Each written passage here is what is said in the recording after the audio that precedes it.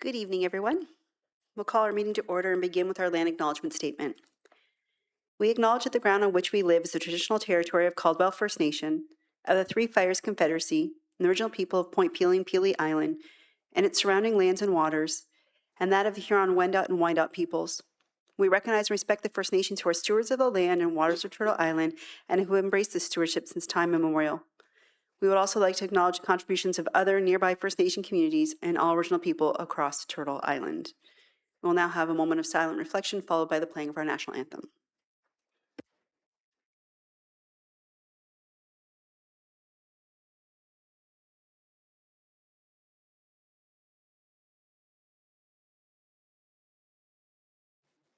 Please stand for the playing of the national anthem.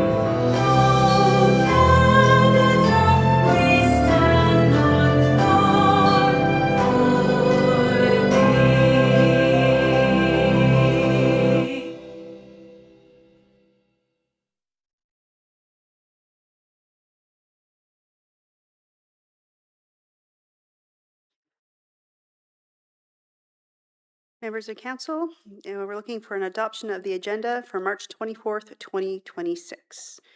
Moved by Councillor Richo Spagnolo, support by Councillor Reno. All in favor? That carries. Any disclosures of pecuniary interest? Councillor Carrick. Thank you, Your Worship. Item L, in the event Councillor Richo Spagnolo moves the motion forward. Thank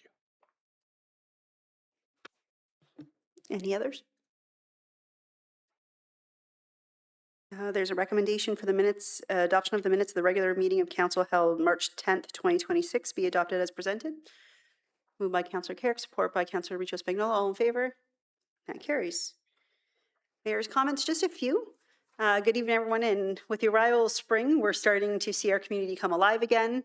More time outdoors, more opportunities to connect, and lots to look forward to in the weeks ahead.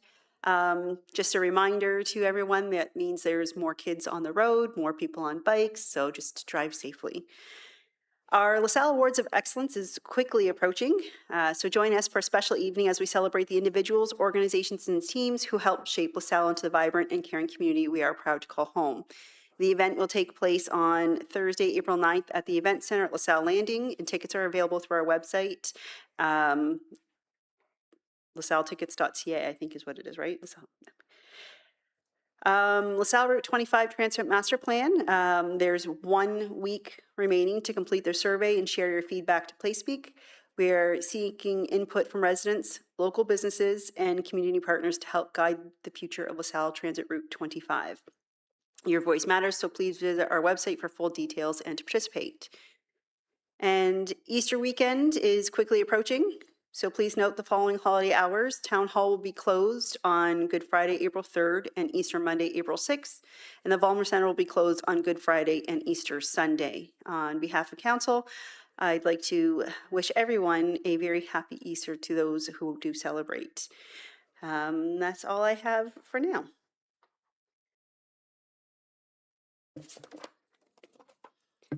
We have no public meetings in our hearings, but we do have a delegation today.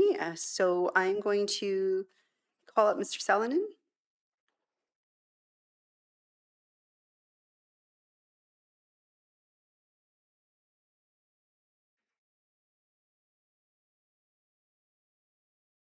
Good evening. So we do have your presentation available, and members of council did receive it as well to preview. We'll have 5 minutes for you to go through that presentation, and we'll let you know when the time's up, okay?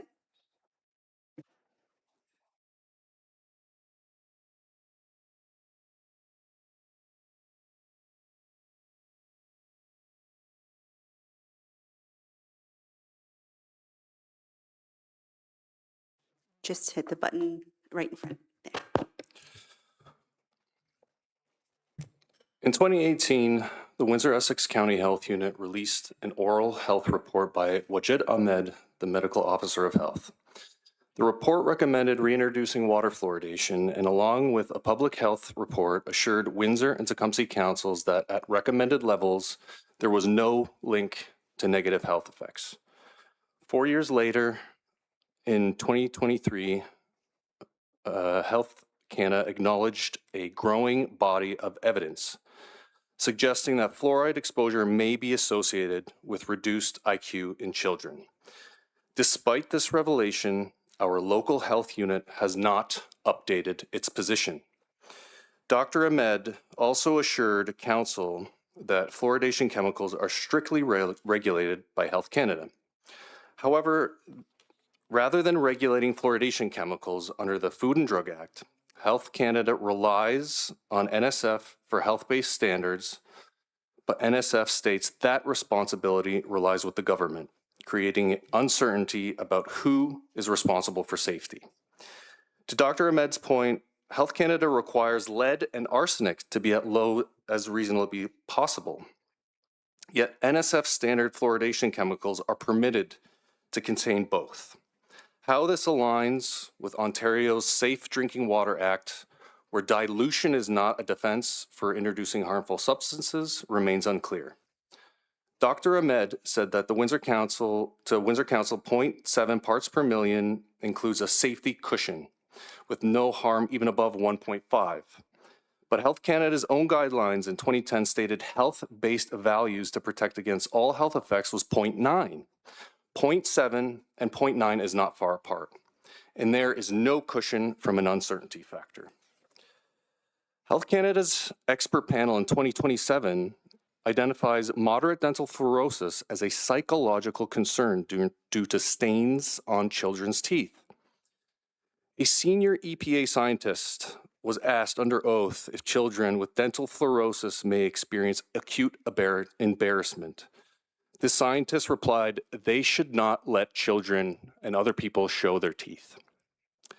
Our local health unit's website continues to state that, the website does show cases of moderate and severe fluorosis in Windsor-Essex County schools year after year since 2015.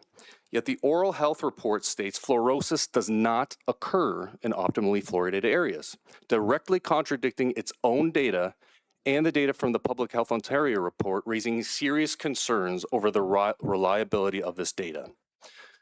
The understanding of fluoride's effect on IQ has evolved significantly since 2018, including a nearly 7-year-long court case that concluded fluoridation poses an unreasonable risk to children's IQ.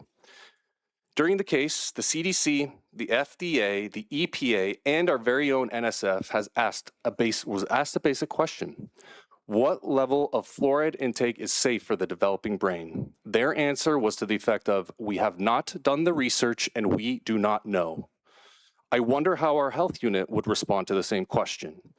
Infants fed breast milk are exposed to extremely low levels of fluoride. When formula is made with fluoridated water, the situation is flipped. These infants receive the highest dose of fluoride of any group by far. And the benefit? A CDC director acknowledged under oath they are not aware of any studies showing a dental benefit for babies in the womb or in the first 6 months of life. The local health unit continues to state that formula prepared with fluoridated water is safe, which is inconsistent with the Public Health Ontario report, and Health Canada notes that effects on the brain may occur at levels well below 1.5 parts per million. Every home in our community receives the same water. Avoiding fluoride can cost hundreds to thousands of dollars with ongoing filter replacements, and basic filters like Brita do not remove fluoride. For many families, there is no real choice. Mayor and councilors, you have a rare opportunity to lead, to support transparency, to acknowledge uncertainty, and to ensure this issue receives the scrutiny it deserves. I respectfully ask that you call on your local health unit to review the current evidence, and if safety cannot be clearly demonstrated, then a pause on water fluoridation is more than reasonable. I'm happy to answer any questions. Thank you for the opportunity to speak. Thank you very much for the presentation. Members of council, do you have any questions in regards to the presentation? Councillor Reno? Thank you. Sean, I'm just wondering, it seems like a lot of the issues have to do with updated data and things from higher levels. And a lot of the shortcomings seem to be at the Windsor Essex Health Unit. I'm just wondering, have you spoken to them about these inconsistencies? Have they given you answers? I'm just wondering where you are in that journey. Yeah, great question. So I have emailed the current medical officer of health, and I also posed the same question via a Freedom of Information request. So the question that went to the medical officer of health, they deferred to answer to those questions via the Freedom of Information request. So now that's probably going to come at a cost, my personal own cost. I would respectfully ask if the council, if I do get an estimate for these questions, if you could just tell the local health unit to provide this information, because I believe the information I'm requesting would satisfy whether or not, you know, they relied on evidence to say that fluoridation was safe going into the 2018 debate. So as it stands, to answer your question shortly, I posed questions to the local health unit. I've not received any clear answers on these inconsistencies. And to clarify, you also put in a Freedom of Information request that has asked similar questions or different questions? Yeah, so yes, the main question was, what evidence did they rely on to say, one, that there are no negative health effects, and two, how they can make the claim that there are no cases of dental fluorosis in optimally fluoridated waters. Okay. Those are the main Yeah. ones, yeah. Okay, I get it. Thank Any other questions or comments? It may be, I know you've kind of went through the Freedom of Information. Have you tried to go in front of them during one of their meetings? Have you spoke with the health unit and asked to be a delegate at one of their meetings? Because we at the town, I wish we could provide you more information. We obviously can't because we aren't the expertise in this. And so we do rely heavily on that information from the health unit. Mhm. So my thought was, since neither of us sit on the health unit. So we'd have to reach out to maybe our counterparts at the county we have a couple members there who sit on that board who could help maybe guide us there to get you some of those answers that you're looking for. But I don't know if you've tried to be a delegate, if you've went down that route yet? Not yet. No, I will take you up on that advice. It doesn't satisfy the report that was presented to Windsor and Tecumseh Council. I felt like were not adequate. I felt that the decisions made were based on this report, and I feel like the report was not well made, and there's a lot of inconsistencies in this report that would make the decisions made by the council based on an ill-prepared I report. understand. So that's why I'm here today, because I'll go talk to the local council. I have a feeling that nothing's going to get done, and I'm asking for help from a council to hold the local health unit accountable for the information that they presented. Okay. Is there anything the council can do to help approach local council, or is this, am I on my own here, basically? Nope. Councillor Reno? You're not on your own. Again, as the mayor said, you know, there's different boards that we all sit on, whether it be Essex Power or the dog pound committee. There's all these committees that we all sit on at different Mhm. levels, some at the county level, some at the town level. And like she said, we have people that we work with that may be on those boards. We don't have anybody around this table that's on that board, so we don't have a lot of influence directly on the board. We may be able to speak to counterparts that can help fast track. I mean, as a council here, we've been given a product from a supplier, and that decision, as you know, was made by two parties before it even got to us to say we're putting the water fluoride back in. Whether we voted yay or nay, it wouldn't have mattered. The decision was already 2/3. It was already made for us. That doesn't change the fact that the data may have been outdated, or the data may not have been clear. But what I'd be willing to do for you, I mean, again, there's not a lot. We can reach out by letter, like our council can write a letter to the health unit acknowledging your requests and ask for a copy of the responses, so that we at least know that you're not getting a runaround, or you're getting some answers, at least, whether it's answers you want to hear or don't want to hear. I think you are entitled to getting those answers, and I can understand sometimes when you deal with an organization that's bigger than your family unit, sometimes the answers don't come quick enough, or maybe you feel that they're just being ignored. But I mean, I'd be willing to make a motion that we send a letter as a council to ask them to look at your file and to provide us with the answers that you're asking for, so we at least know that you're getting some. But other than that, we don't have nobody in this room I can reach out to and say, hey, can you do this for him? May I ask a couple questions? Yeah. Do you pay the health unit to advise on health issues in your community? Do we directly? No, your Okay. county taxes probably, I would guess the county taxes would. It's just a counselor at Windsor. Sorry, well, I'm gonna refer gonna- that to administration. Okay. It's not something. Yeah, just to perhaps provide some clarity in terms of the governance of the health unit. So the health unit is a separate board and body Mhm. that's legislated. That board is comprised of councillors from the city of Windsor and councillors from the county of Essex. And I believe there's also some community members on that board. So I can appreciate that you're asking for municipal support in what you're trying to, the answers you're trying to get, but we physically don't have, we don't hold that lever, if you will, to provide that support. And so from a governance perspective, again, the County of Essex levies taxes, which included in that are the fees associated with the health unit. We really don't have, at the local level, we're not involved with that.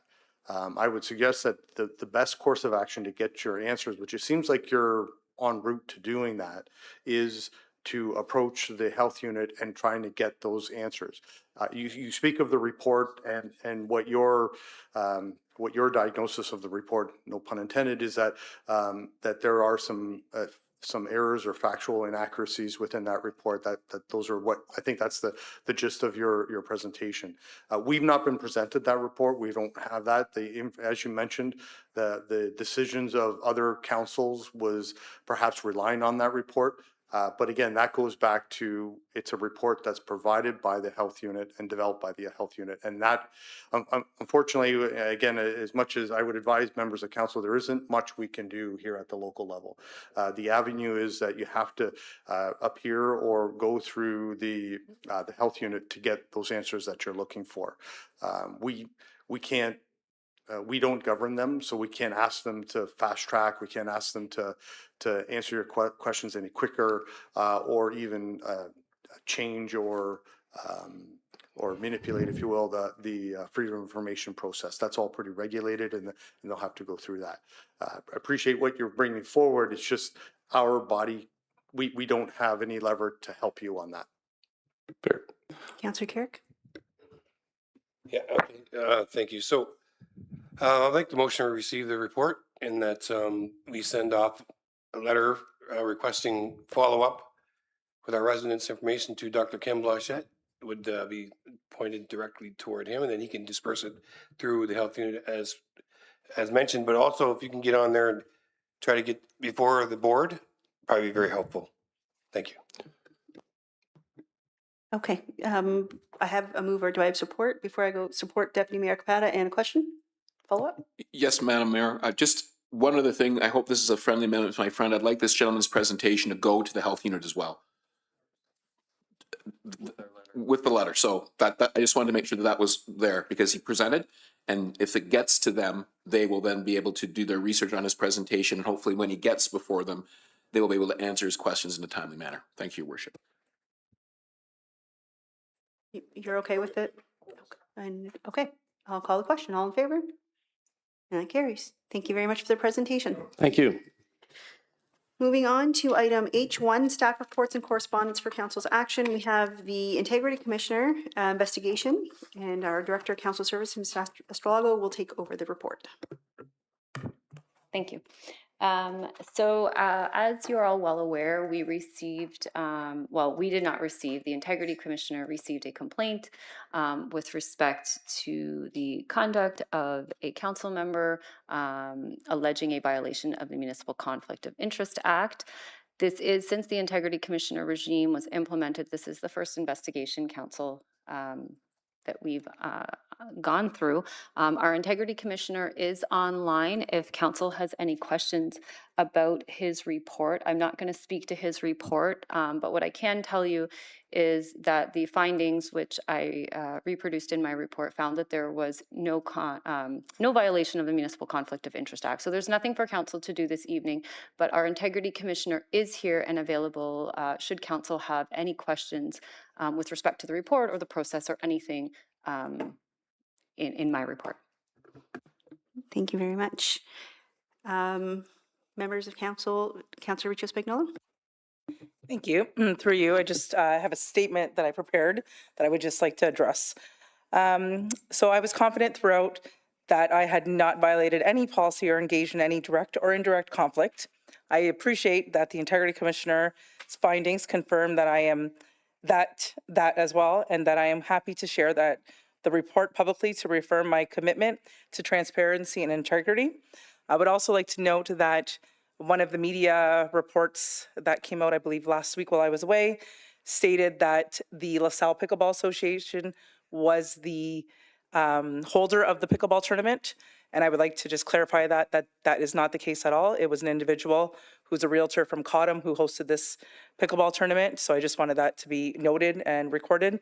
And I would also like to thank the Integrity Commissioner for all of your efforts and your thorough investigation on this matter. So thank you. Thank you. Councillor Carrick, do you have a question? Through you to Jennifer or Joe or the Even Finance, what did this cost us? So as outlined in the report, it was just over 16,000. That's dollars paid up front. Does that include man hours that were put in behind the scene? No, those are just the fees from the Integrity Commissioner. Those are the invoices that we received that we processed. But there, just to clarify, and if you have questions for our Integrity Commissioner about their process, I mean, feel free. He's here and available. We don't really put any time into these. If the complaint were to come through administration, through my office, it remains sealed and it would go directly to the Integrity Commissioner. We have little to no involvement. I mean, the extent of my involvement was processing the invoices. Okay, thank you. No, that's good. Thank you. Any other questions or comments? I'd like to thank you both for joining us online this evening. As this is our first, I guess this is probably a pretty broad question, but each case I'm sure is different. What is the normal time frame for an investigation? I know that might be difficult to answer, but I'm just trying to understand the process. Thank you, Madam Mayor. First of all, I'd like to say I thank you for the opportunity to finally meet everybody virtually at least and put faces to names. And I'd like to point out with me is my associate Alexia Ivo, who assisted me in this investigation.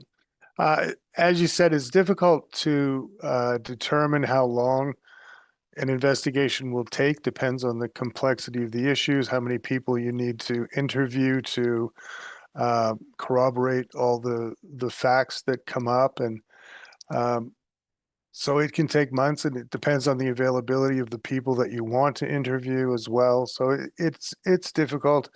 I would say that this one may have taken a little longer than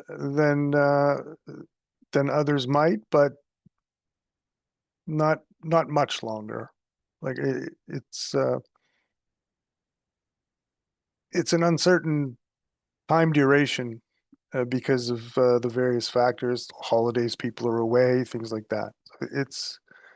It's difficult to say, but a few months, Thank you. sometimes less. I mean, we've received another complaint and determined very recently that although it was a complaint under the Code of Conduct, not the MCIA, but we have determined that an investigation is not necessary. So that's shorter, right? It depends on what the determination is to what actions have to be taken. So there are a number of factors. So it's difficult to estimate a time. So I wouldn't want to give a ballpark figure that, you then think is the standard time, and then you're wondering why things take longer.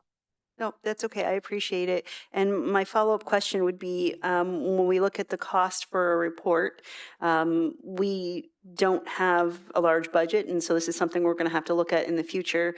Is this an average cost, or is this maybe a little bit more? Because like you said, this was a little bit more time-consuming, just so that we know how to plan for the future? I would say that this would be more than a number of them. I wouldn't say it's extreme, like at the extreme edge of a high figure, but it's not, it's higher than the typical one, just the duration of time. Thank you very much. Councillor Renaud? Thank you. Through you, you had mentioned that there was another complaint that you felt was unwarranted and that you didn't have to investigate. Do you get many that you don't have to investigate, particularly from the town of LaSalle? Is this literally our first claim we've ever had and we've never had another one? Or have there been some that have been turned back in the past? I'm just curious, again, from the mayor's point of view, this year we're going to find the money in a reserve for this, but in moving forward, if we know that this is going to be a normal occurrence, we're going to have to build up for it. So I'm just wondering, what type of percentage get turned away first? Is there any way you can comment on that? There isn't an exceedingly high number of complaints. I've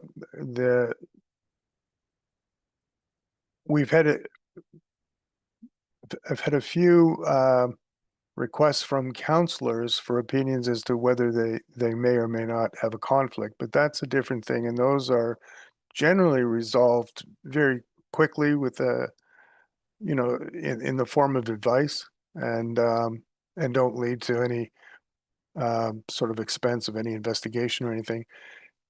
Code of conduct, we've been contacted by a couple of people who in the end did not formally make complaints, and then we received this one complaint. So I wouldn't say there's an overabundance of actual formal complaints that come through, but there are people who kick the tires on whether they should file a complaint or not.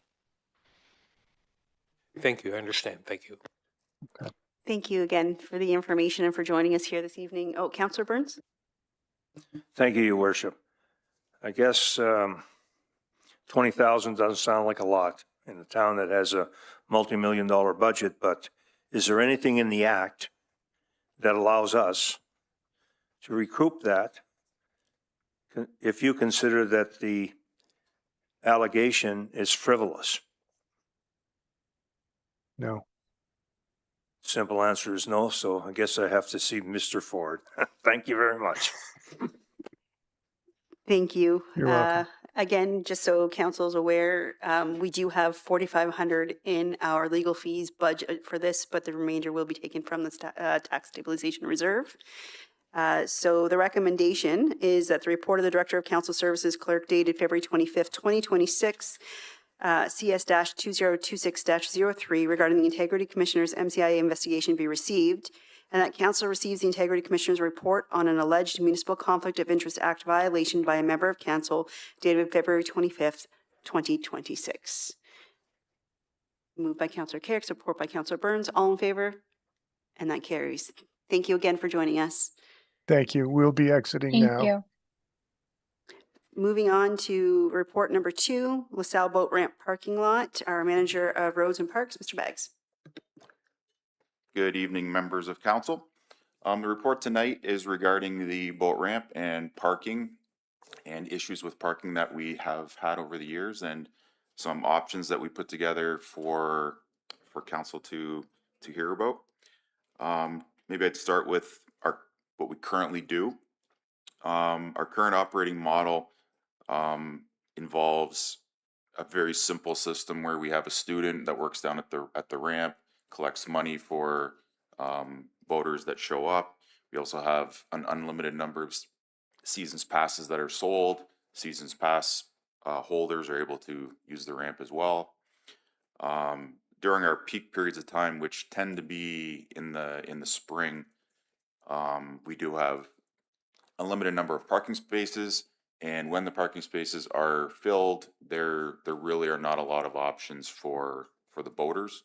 And we do hear about complaints from time to time regarding, a season's pass holder that's paid their money, goes down to launch, and the parking lot is full. So we have reviewed a few options in the report in front of you, and each option has sort of some pros and cons. And I think it's one of the biggest things to keep in mind with any sort of other options that we consider is some sort of enforcement that may be involved. Additional staffing from the park side may also be involved. And then the other big one is a lot of money to spend on enhancements or making the parking lot essentially bigger. The options that we looked at are things that other boat ramps do, and we have seen in other parts of Ontario. So the first one that we looked at was a paid parking option, which would be similar to any parking lot that you use. And instead of a boat ramp attendant, you would simply pay and go to the meter and pay, and then you can use the ramp. So it sounds like a way that you could maybe eliminate staff there, but it really wouldn't help us a lot with our seasons pass holders that would still show up and there not be parking, and the parking lot is only so big. As well, enforcing the parking is something that we don't currently have staff to do within bylaw or the police department. Another option is a gate or some kind of controlled access so that you would have to have a pass to maybe get in. In these kind of options, maybe we'd only sell a certain number of seasons passes, but then you run into, how many seasons passes do we sell? Do we only sell as many parking spots as there are, or do we sell more, or how does that work? And it's not a great system. As well, gates break, they need people to come in and fix them, and boaters are mad about that. As well, enforcement would still be required for that. The third option, which is probably what would actually help, is to reconfigure and make the parking lot bigger. Part of this is something to remember is we will be doing some kind of enhancement when the entire LaSalle landing is constructed. Obviously, at this point, we don't know when that would be, but sometime that will come, and at that time, the parking lot would probably be adjusted. We did look at some high-level numbers and just some ideas, and the number of about $500,000 is what it would take to make it bigger, so that it did work a little bit better. Another thought we had was eliminate seasons passes altogether, so that it was basically a first come first serve. You pay your launch fee, and if the parking lot's full, then you kind of get turned away. That's possibly something we could look at if the parking lot doesn't get reconstructed in a long time. I think a big one to keep in mind is our regional comparisons, if you go and look at a lot of the other boat ramps, the LaSalle ramp in a lot of ways is at least as good, if not better than most of our comparators in the area. For instance, I use the ramp in Kingsville quite a bit, and I park on the grass, and there are probably half the spots that we have in LaSalle. In Windsor, the parking lot is smaller, more awkward, and I really think the LaSalle ramp does a pretty good job for what it is. So in conclusion, at this time, we are recommending that we stick with what we are doing. Don't change anything. Continue to monitor what's going on. Should also be noted that last year, for whatever reason, we did receive considerable less complaints about parking. That could change this year if the fish are really popular again. But this does fluctuate from year to year. It's seasonal. Goes from being crazy busy and lots of cars, and then another day you'll go down there and there's 5 cars in the parking lot. Available for any questions. Thank you. Councillor Carrick? Thank you, Your Worship. So I'm of the mind of leaving it the way it is for now. I'm not going to spend, or at least vote to spend $500,000 for something that down the road, as we build out the front road area, the landing area, to maybe make some adjustments. And definitely don't support getting rid of the seasonal permits, especially our own town LaSalle residents, because that's ours, right? So that gives them an opportunity to actually be able to go there in our town, as opposed to having none at all where it's a free-for-all. So I think it's highly controlled, and obviously during pickerel season, that's our walleye season, whatever you want to call it. That's when the height of it is. So it lasts a little bit of time, some short-term pain, but overall it eases up quite a bit after that. And then there are also municipal events that go on where we need the parking or we use the parking. So they have to just find a balance. So as far as I'm concerned, leaving it the way it is for now and observing is where I'm at. Councillor Reno? First of all, I want to say that of all the things on the agenda, I was quite interested in your report. Because I follow a couple, actually, there's a LaSalle boat ramp page. There's, a bunch of social media pages that all like to talk about our parking down there. And I've gone to bat for us a few times. I've gone down there, and there has been those 5 cars that you talked about in the middle of the day. And there's been other times where you can see the lineup down Front Road. And I understand that it's totally seasonal. And the other thing was, in between the meetings, I said to Ms. Fanar, I said, I had a question for you, and I can't remember what it is. Well, guess what? I remember. It's on Mark. We have a baseball diamond up on Front Road that when I was a kid was the go-to baseball diamond because nobody could get into the Turtle Club and there was nothing at the Volmer. Do we rent that diamond out? Is there anything, do we make any money on that? What's the status of that diamond?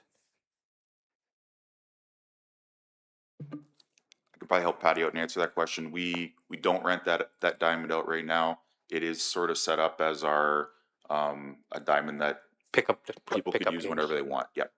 Minimal maintenance, that kind of thing.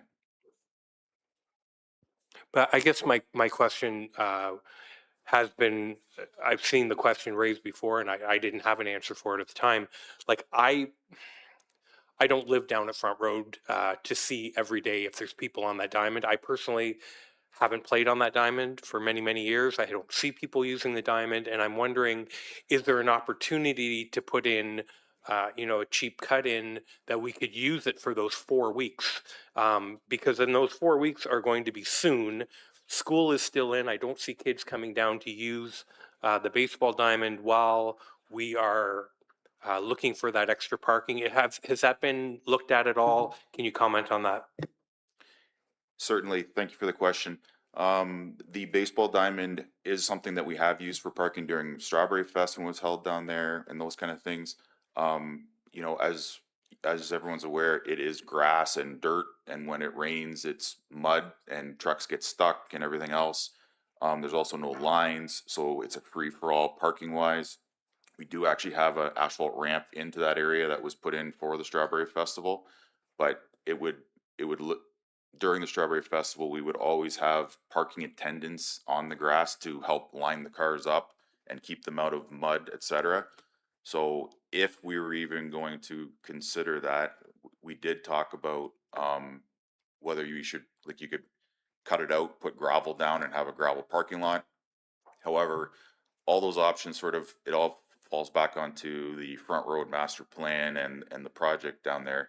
If we put a parking lot in that area, and then in 2 years, in whatever amount of time we decide that's now gonna be the, you know, the playground or the whatever it might be, now that has to change.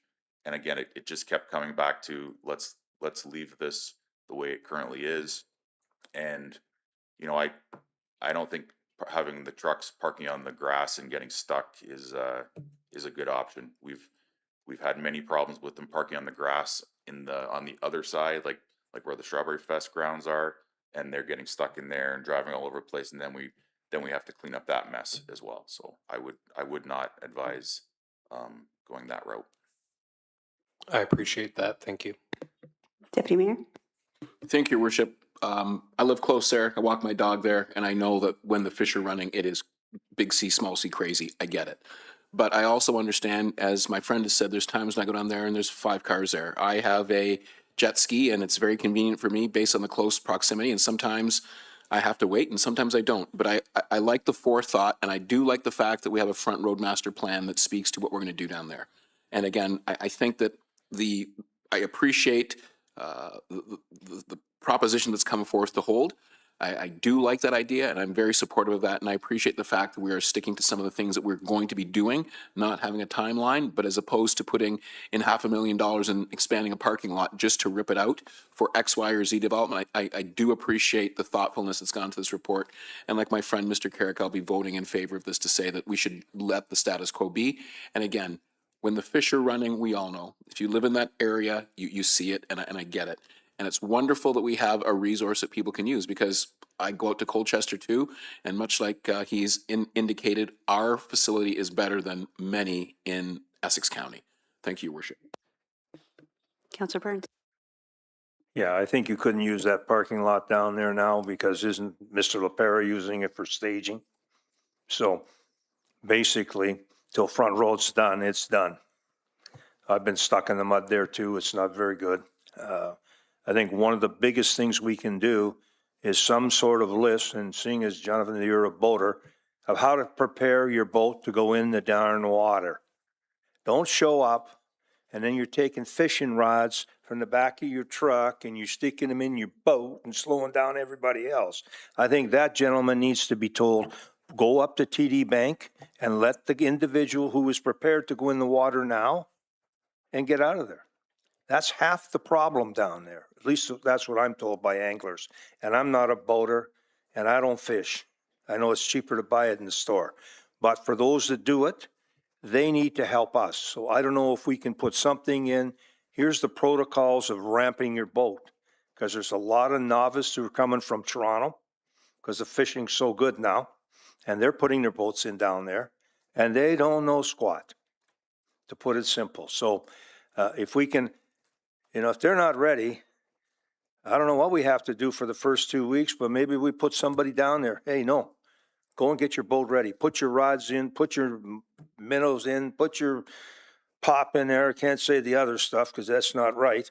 But whatever you're going to put in there, put your sandwiches in there, but your ice, get ready to go. So you're in, goodbye, see ya. It's the biggest complaint. So I don't know what we can do on that, but thank you for what we're doing there. And I tell every voter that I know, we will never have enough parking down there. I mean, it's just not enough room to have it there. And it's simple, it's a fact. And I think it's frustrating. But again, I don't get 40 calls telling me how frustrating it is. And people have been using that boat for 20, 25 years. They know it. But if we can help, anything we can do to speed that up, especially in the initial run, and get those people off of Highway 18 safely, would certainly help out in the long term.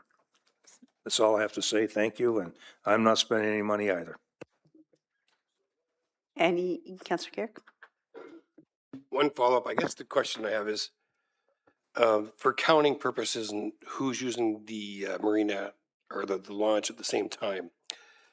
So if we know the parking lot's full, would it be advantageous for us to stick up one of them road signs to say closed at the present time, we're full, or something like that? Would that work? Because then this way here, you're not worried about lining up. You're not lining up on 18 Highway because you know it's closed. So just go on down the road and come back maybe later or find a different spot. Does that make sense? I think something like that might help. That could be something we look at. We're kind of like parking lot full, something like that. Yep, I think we could work on something like that. Just to follow up on that, there would be manpower though, because when someone leaves, who's going to go change the sign to let us know there's parking available? So we do, so we do have a ramp attendant down there that can do a few things that, you know, they can't work miracles, but you probably could work out something where there was a switch that you flipped or, you know, a sign did something. I'll leave that to you. Thank you for the report. I did request this, and it was due to a handful of complaints that I did receive. And I've heard over and over again that they feel like we've forgotten our fishing community and that it's so important to us in the town of LaSalle and where we're from in our region. But we haven't. We do have this great facility and we have done some upgrades over the years. But like council said, it's very hard to invest this kind of money knowing that there is a bigger plan coming. And so I have to agree with my council members that at this point in time, it doesn't make sense for us to do any significant changes at a cost where we know it's just going to be ripped out. And so we'll just have to deal with it for the few months that it's a little bit of a headache, and hopefully people understand. My only question for you is, how many spots are there and how many seasonal passes do we normally sell a year? Just if you have that. If you don't, it's okay. I don't have the seasonal pass number unless Patty has a rough idea. I don't know that though. And spot wise, do you remember how many? 20 or 25 spots ish. There's not that many spots. I actually would have thought there was more, so. Okay, thank you, I appreciate it. If there's no other questions. Recommendation is that the report of the manager of roads and parks dated March 3rd, 2026, PW-2026-10 regarding parking at LaSalle Boat Ramp parking lot be received and that the current parking system remain in place. And that's all I've got. Moved by Councillor Burns, support by Councillor Reno, all in favor? And that carries. Item 3, update to the administrative penalty system bylaw. We have our paralegal, Ms. O'Donnell. Thank you, Madam Mayor and Council. I'm just going to provide a quick overview of the report for the updates to the AMPS bylaw. So essentially the AMPS bylaw is a living document, meaning it's updated periodically to incorporate the newly designated bylaws, but also to reflect any amendments to existing ones. So these updates ensure that the AMPS framework remains flexible and responsive to the town's enforcement needs. The ongoing amendments strengthen the town's ability to address emerging issues, maintain regulatory consistencies, and provide an alternative to the Provincial Offences Act. This supports operational efficiency and reflects an enforcement approach that evolves with community priorities. So there were two newly enacted bylaws, which were 2025-096 to regulate the use of off-road vehicles and 2025-097 to regulate the use of parks and open spaces. Additionally, the setting of fire bylaw was repealed and replaced, which resulted in needing to switch out the two schedules. The schedules listed are the fines associated with offenses under the bylaw. So by updating the AMPS bylaw, it introduces new enforceable offenses, closes existing enforcement gaps, and provides alternatives to the enforcement under the Provincial Offences Act process. Regular updates to the AMPS bylaw are necessary to ensure it remains current, transparent, and effective in supporting enforcement measures across the town. Thank you, and I'm available for any questions. Thank you. Members of council? Councillor Renner? Just a question. I'm not sure if it's for you or possibly for Rob. In the context of the off-road vehicles, which we don't allow, I'm just curious if a 17-year-old kid gets caught and we decide to put a penalty against him through the bylaw, how is that enforced if they don't have a driver's license and they don't own a home? Is that something that has teeth afterwards, or is this something that's just a housekeeping amendment? Through you, your worship. Thank you for the question. We actually did send away the short form wording to the provincial Superior Court Justice. So it gives us the flexibility. So if they're a non-resident, within the town of LaSalle or situation you posed, that we can write them, issue them a provincial offense notice through the old-fashioned way. So they would actually get a ticket, and they would have to appear in court to answer for that ticket. So the AMPS is for residents, where we can levy it against the tax roll, and the provincial offense notices are for non-residents. So we did file those as well. We're waiting to hear back from the court for the approval of that, and that will give us the flexibility in order to issue those offense notices.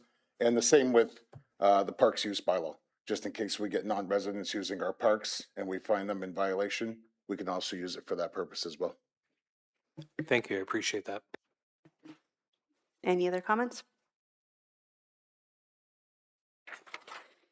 Recommendations at the report of the paralegal dated March 5th, 2026, AD-2026-02 regarding the update to the administrative penalty system bylaw be received, and that the amendments to the administrative penalty system bylaw as outlined in the report be adopted at the bylaw stage of the agenda.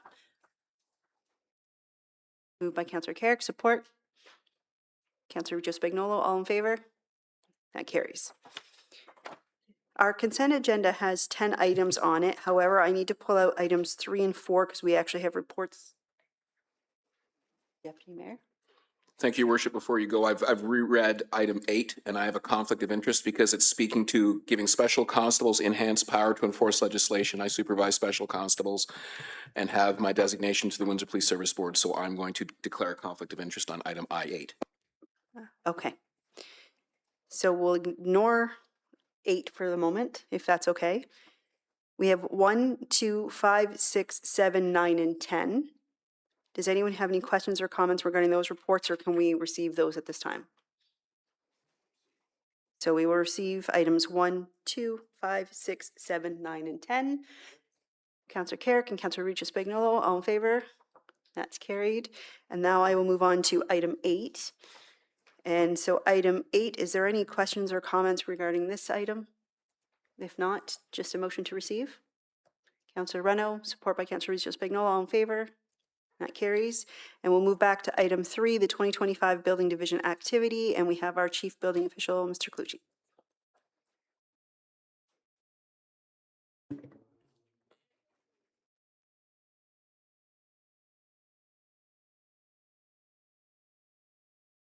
Thank you. Good evening, Madam Mayor, members of council. I'm going to provide you with some activity of the year 2025 for the building department. I'm going to start with some stats that we have. So in 2025, we issued 317 building permits. That was a small decrease from 2024 by 11%.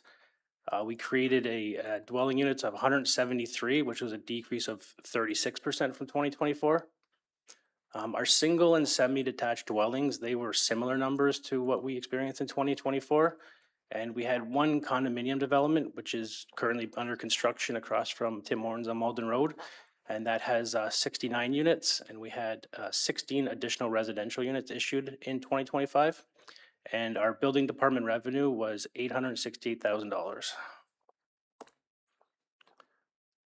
Looking back from 2012 to 2025, this graph shows the building permits issued and the dwelling units created.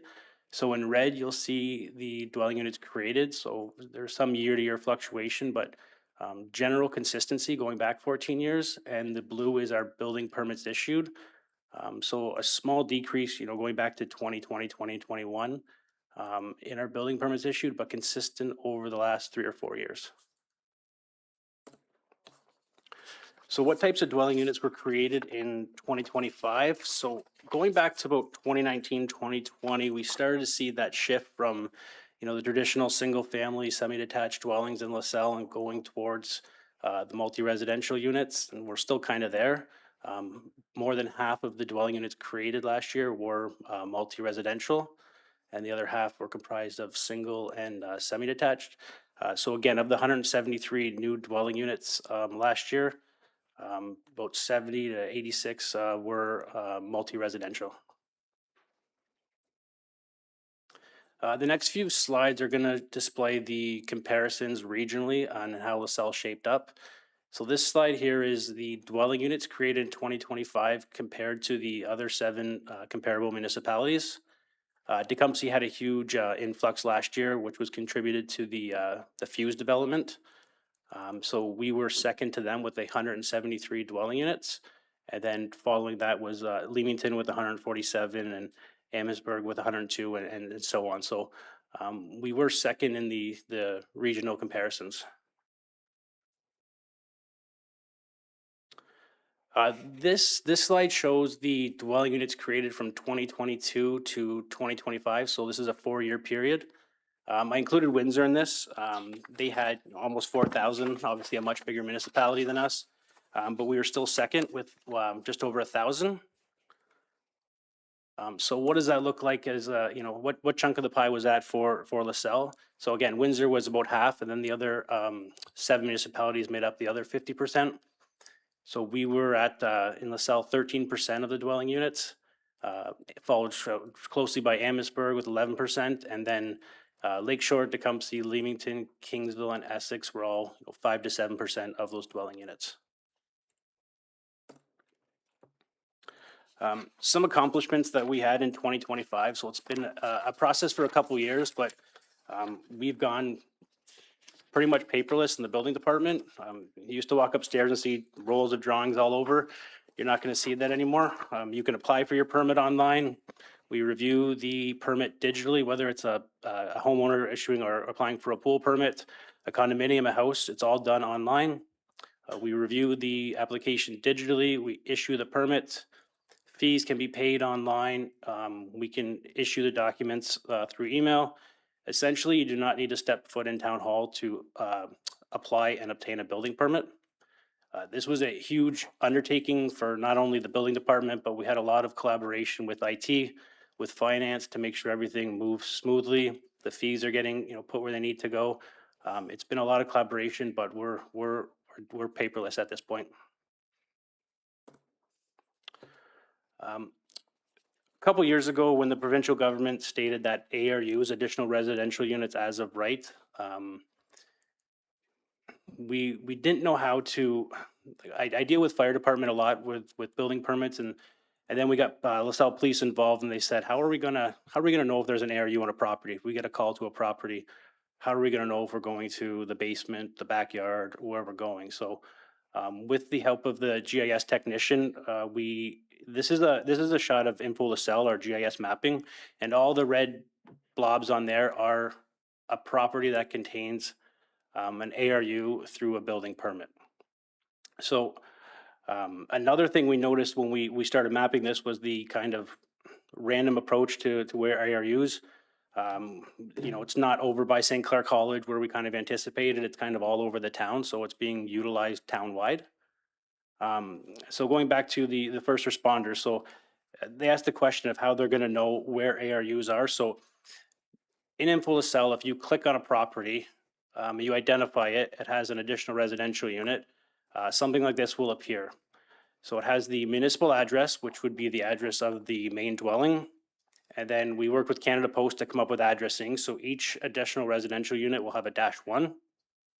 And then based on the type of structure, so in this case, it was a detached garage with an additional residential unit upstairs. So that comes up in the description.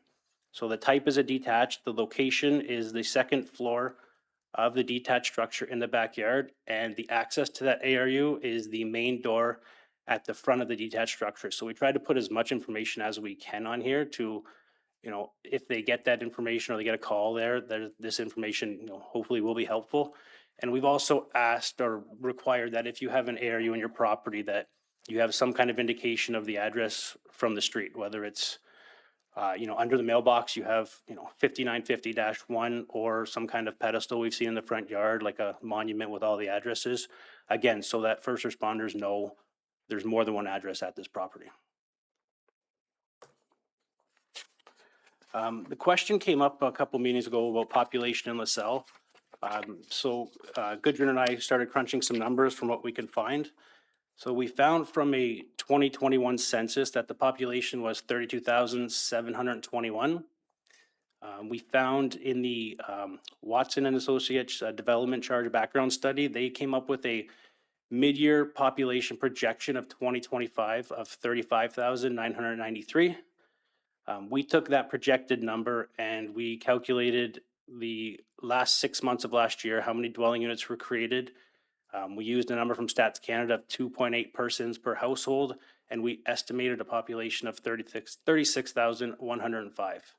I believe a census is happening this year, so that number, hopefully will be formalized sometime in the near future, but these are the numbers that we came up with projections and estimations. So that concludes my presentation. I'm happy to answer any questions you may have. Thank you very much. Councillor Reno. Just a quick question. First of all, thanks for the report. It's funny, I was just looking at population numbers and actually the estimation that AI gave is actually very close to that 36,000. So good job on that. But I guess my question is 171 building units from last year, if that was a number, it's on a different page. Were any of those ARUs or are those all new builds? Thank you for the question. ARUs, we had 16 permits issued for ARUs last year. Any other questions? Councillor Burns? Where are we this year? Where are we in what regards? Well, from January to March, how many permits? Oh. So are we like still going downhill or are we ascending? I don't have those numbers off the top of my head. I would say we're very similar to last year. Councillor Carrick, did you have a question? Just a comment. Yeah, second place on the two of the slides isn't a bad thing in this economy. So thank you. Deputy Mayor? Just a quick question through your worship to the chief. Only because he brought it up about numbering ARUs, and I'm just wondering about how LaSalle Police Service and CAD is doing this again. And I don't want to get into specifics of what software we're using or anything, but just to make sure that you're able to, as the gentleman has described, you're able to import and designate the fact that Mr. Reno lives in the second floor, 15061, and I live in 1506. That's all I just want to. So we just transitioned to a new CAD product 2 weeks ago, and part of that is importing up-to-date mapping. And I believe like Mike Chalupka would be a better person to answer that question, but I know we are working with the town to get up-to-date mapping. How that's happening, I couldn't tell you today. Supplement, don't want to put you on the spot, Chief, just again, the gentleman brought it up, and again, to the fire, same sort of thing again for your CAD? Yes, thanks for the question. We are upgrading ours as well. We're in the process right now, and it's going to tie into the police quite nicely. We're hoping for the same results. Thank you, Worship. Any other?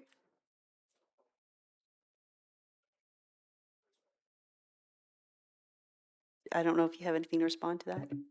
I can. One thing we are doing moving forward is that, like, if we issue an ARU this month, at the month-end reporting, we do have a process in place to send it over to LaSalle Police, keeping them up to date on what's currently being added to that list. So at each month's end, we do send that that spreadsheet over to LaSalle Police, so they have an updated list. Thank you. Mr. Milsha. Again, I think Mr. Colucci flew through the digitization process that we've gone through in the building area. But again, that is a pretty monumentous task that we've gone through. Certainly folks in the building and planning area, as well as IT and finance to get that up and running. And we are seeing in general a little, because of the digitization, we are seeing less activity at the counter, which makes us a bit more efficient in how we can process our time upstairs. But it is, again, I remember the days of the endless rolls. And the biggest issue was where we were going to put them all. And so that certainly the efforts certainly the team in building, along with some help from other areas, has not gone unnoticed, that's for sure. So it's just a bigger shout out than he probably would give himself in terms of the activities that we've had there. The other thing I'd like to mention is that, sometimes, again, the annualized activity can get mirrored in terms of, particularly now as we get multi-residential units coming on and off stream. So it can vary the results quite significantly. And you'll see it in this year that, you know, if you get one or two of these multi-residential units that have 40 or 50 units in them, it can really sway where you are, number one or number two. And that's why we tend to look at a bit more of a longer term approach is where are people moving to? And you can see that over the last, you know, the last term of council, last 4 years, that we've really started, aside from Windsor, obviously, because they're a bigger draw, a bigger municipality, we seem to be in that realm. And if you look at, and, you know, for a long time, I will say that many folks were moving easterly, I'll call it, in terms of their home buying patterns. But if you look at the chart that Mr. Colucci had up there, 25% of the regional population is moving to I'll call it the Detroit River Corridor. And that's Amherstburg and LaSalle, again, 16 and 11% respectively.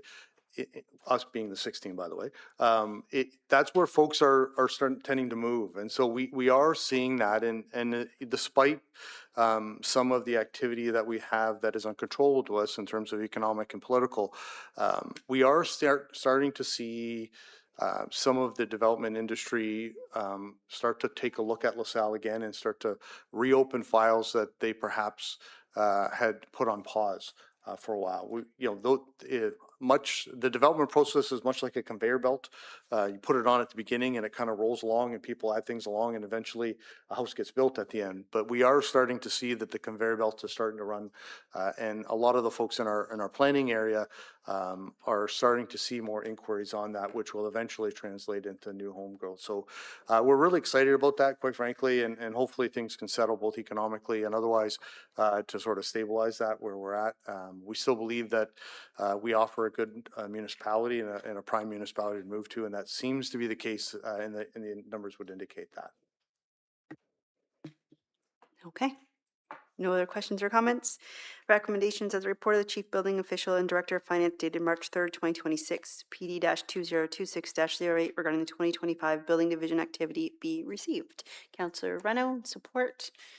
Councillor Carrick, all in favor? That carries. Thank you. Item 4 is the 2025 bylaw enforcement activity update. Our Supervisor of Bylaw Enforcement, Mr. Sassine. Oh.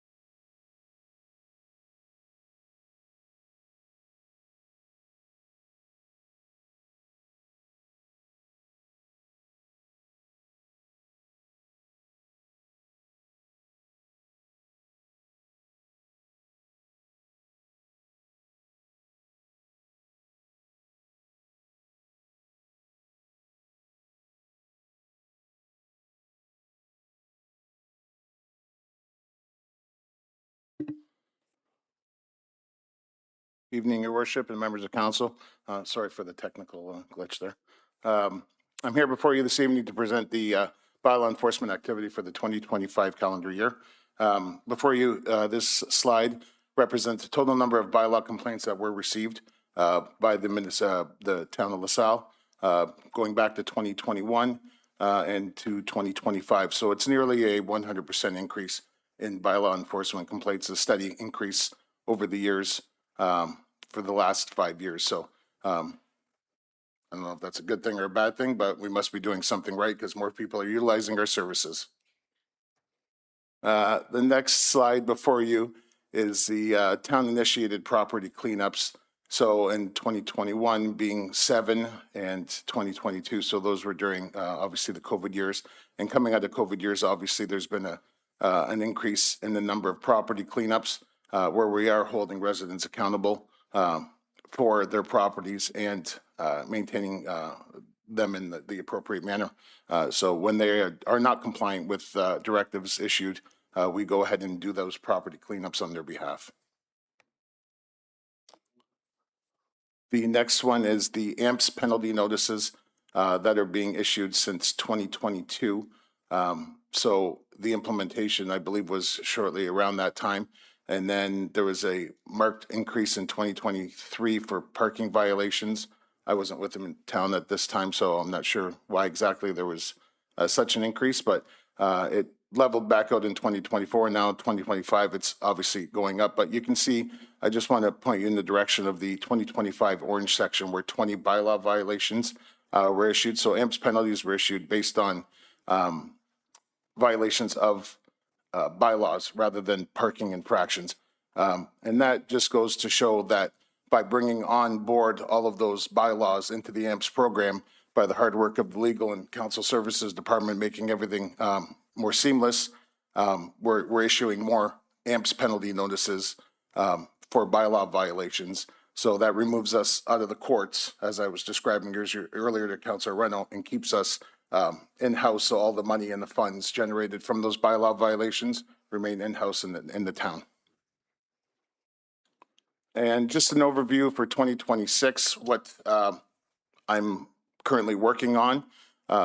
So hopefully by the end of 2026, I will be before you presenting the property standards bylaw for your review and hopefully adoption. Next, I am starting to work on the short-term rental business case, which will highlight the administrative and resourcing requirements necessary for the implementation of such a thing if we do and move forward with it. The adoption of a sidewalk snow removal amendment, as there was a motion brought forward a couple council meetings ago regarding this, so I am working on that currently as well. I would like to have them in place for the winter season of 2026, and also adoption of a significant weather event amendment. So it will encompass not only snow, but any other type of significant weather event that we have to contemplate how we can move forward with regards to snow removal and other types of activities. And then the completion of the frivolous and vexatious policy that hopefully I will have before council soon as well. So that's just a brief overview of what I'm working on, and hopefully have all of those items before you by the end of 2026. And I'm here to answer any of your questions. Thank you. Councillor Renault? Thanks, Rob. I just had one question that went back to the cleaning amps. One more back, I think. You showed the orange and the green, and last year, yeah. So I'm just wondering, for those clean yard bylaws, are these the only ones that you couldn't get voluntary compliance on? Are these the ones we had to go in and pay to have cleaned up, or are these the ones total cases? So the number 20, the orange one, is the total cases, and those are ones we obviously we don't want to go on anyone's property and do any work. So we always try voluntary compliance, and we always get usually a good reception. We've noticed over the years that people are less compliant for whatever reason. People are more resistant to us asking them politely to do things that are required under the bylaw. So, which we have to act. We have a valid complaint, and we'd be derelict of duty if we did not act. So there is a marked enhancement there that, you know, from 1 to 20 is quite a bit. But that just shows that either the property owner is absent, we can't get in touch with the property owner, or they just choose not to recognize the documents that have been issued against them. Rest assured, they do realize that when they go to get their tax renewal and the cleanup is on that tax, and they try and come in and you know, ask, but sometimes they don't ask because they know that, you know, what happened was their fault. So, but it's a last case scenario. We try every avenue possible in order to get in touch with them ahead of time to promote voluntary compliance. That's what the real goal is voluntary compliance. Okay, thank you. So of the 20, would it be fair to say that we usually get 20% that are non-compliant that we have to go clean up? Or would you say it's lower? You said that's the total with the people that comply. I'm just wondering, because we do realize we get calls as well. And a lot of times we have to say, listen, it's a very long process to go that route. And sometimes it takes a year. So I'm just wondering how many of those really bad ones do we get in a year? Through your worship, I would say it would probably closer to 5%. So that represents about 5% of the cases that are, we can't get compliance voluntarily. Okay, thank you. And one comment, if you don't mind. Thanks for the report of all the bylaw cases. It's nice to see that pretty consistently, even though that number has almost doubled of complaints, we're still in that 90 to 95% closure rate each year. So I think that just continues to show the good job that you guys are doing. And I think you should be applauded for that. So thank you. Thank you. Councillor Garrick? Your worship, can you go ahead 2 slides? Next one. Yeah, that one. Okay. So under resources, I'm just bringing this up because I just want to maybe just throw this out there. The current activity levels and the manageable with existing staff and resources. However, they will continue to be closely monitored to ensure the department has sufficient capacity to meet projected demands. As additional bylaws, and then you go to item number 3 up there, the completion of the short-term rentals, and we know there's going to be some additional work needed. So I don't know if this directly applies to that, but would we be looking at your report coming back potentially using contracted bylaw officers, say for a 6-month contract at a time? I understand there might be some available, and if there isn't, I'm sure there'd be some opportunities for that to help with the overflow at certain times. If that makes sense, looking at something like that to help the immediate needs, maybe not right now, but down the road, if it does pop up, would we be looking at something like that? Because I would probably support that if there's extra help needed, as opposed to tagging on 2 or 3 full-timers. Through your worship, thank you for the question. All options are available and on the table. The way that I see that we've discussed it developing is that the resources that are going to be required are going to be required year round. So if they were isolated for summertime only activities, that may be a better avenue, but because of the resources that are going to be required for the types of services that we're going to need them for. So obviously the snow event, the snow removal and significant weather or wintertime activities. And unfortunately, those don't happen between 8:30 and 4:30 Monday to Friday. So, and we don't want to delay getting to those things by 48 hours if it happens on a Friday night. So the resources that will be required for those types of activities will be in the wintertime. The summertime will obviously be property standards and other things, and then short-term rental will be year-round. So we will obviously, in the business case, we'll present council with several options, absolutely. But what I foresee is that there's going to be a resourcing issue that's going to be required year-round, as opposed to during specific times of the year. Okay, yeah, I just bring that up because during peak times, it does get busy. So as we move forward, there might be an opportunity there to take advantage of a contract, one-time pay type thing. Yes, agreed. Yeah. I believe we've done that in the past where we needed to in the summer months. And so we'll take advantage of that situation if we have to in the future. But I think something we need to realize is, one, those are 5 very big files that we've given you to work on, all requiring more resources. And we are one of, if not the only municipality in the area left with just one bylaw officer. I think others have 2, 3, 4. And so we're going to have to definitely look at that as we looked at our population growth in the previous presentation.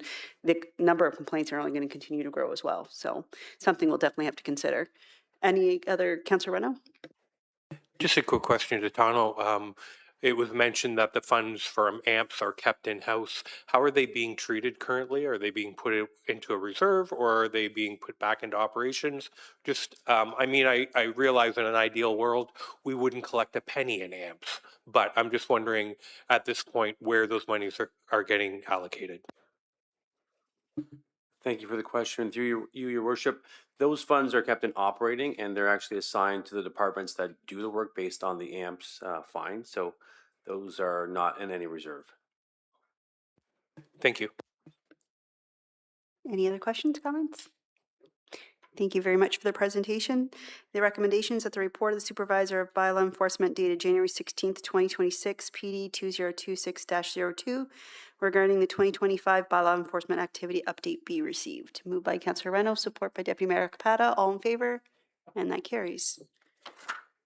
Committee matters, there's just the one, which is the County Council highlights from March 4th, 2026. Any questions or comments? If not, the recommendation is to receive the report. Moved by Councillor Richo Spagnolo, support by Councillor Burns. All in favor? And that carries. Questions or statements by council members? Deputy Mayor Capata? Just a question, and I think this might be directed to your worship or for a point of information. I've had 3 residents contact me with, now that we switched to the new company that's doing Blue Bin, and they are hardcore recyclers, and they are finding that despite the large size of the recycle bin, they're putting more, whether it's cardboard or tin, in the recycle bin, and it's not being collected. One resident actually sent me an email about the day that they applied to get another bin, and I'm just wondering, your worship, if you are aware of the timeline that Circular Materials has to accept, respond to people requiring another bin. So I don't have the answer. I have inquired because they did email me this week to give me an update on the residents who've requested the smaller bins. So residents who requested the smaller bins also did the same thing, sent in an email and hoped for a response. Well, they're going to get one on March 30th. And so they will receive those emails. They have to respond to those emails in order to make the exchange from the large bin to the small bin. My assumption is once they work through this exchange, then they'll start probably being able to give second bins to residents because they'll be collecting those big bins back. So once I do have information, I will share it with you. I did email them to get that follow-up. Thank you, worship. Any other questions, comments? None. Notices of motion? Councillor Richo Spagnolo.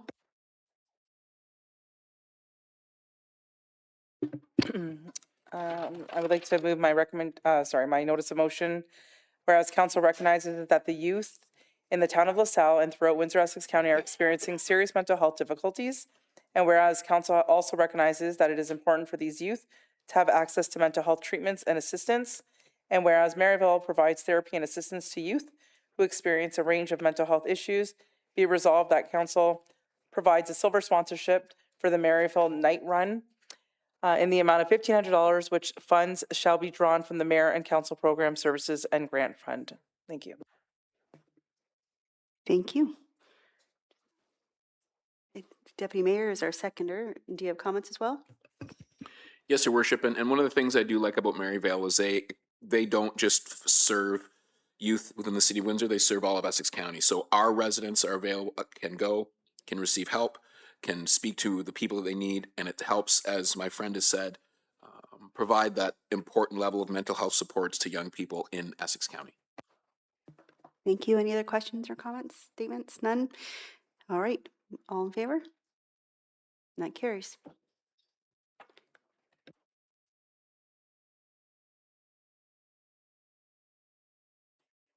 So we have no closed session to report out tonight. And we will move into bylaws.